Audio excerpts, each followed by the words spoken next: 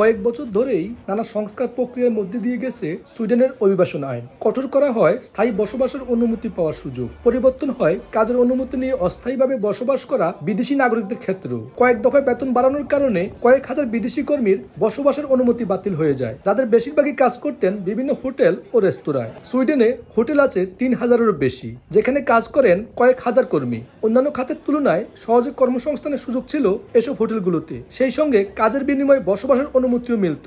তবে ওয়ার্ক পারমিটের ক্ষেত্রে সর্বনিম্ন বেতন দ্বিগুণেরও বেশি করার পর থেকে পাল্টাতে থাকে সেই চিত্র। সুইডেন সাথে বাধ্য হন বহু অভিবাসী। সুইডেনে আমরা হোটেল ইন্ডাস্ট্রি অনেক ধরনের প্রবলেমে ফেস করতেছি। The income requirements for labor immigration has more than doubled in the last 2 years, and this is really affecting us in the hospitality industry. সুইডেনে কাজের বিনিময়ে অস্থায়ী বসবাসের অনুমতি নেওয়ার সুযোগ রয়েছে, তবে কোনো বিদেশি কর্মী চাকরি চলে গেলে 3 মাসের মধ্যে নতুন চাকরি না পেলে বসবাসের অনুমতি হারাতে পারেন।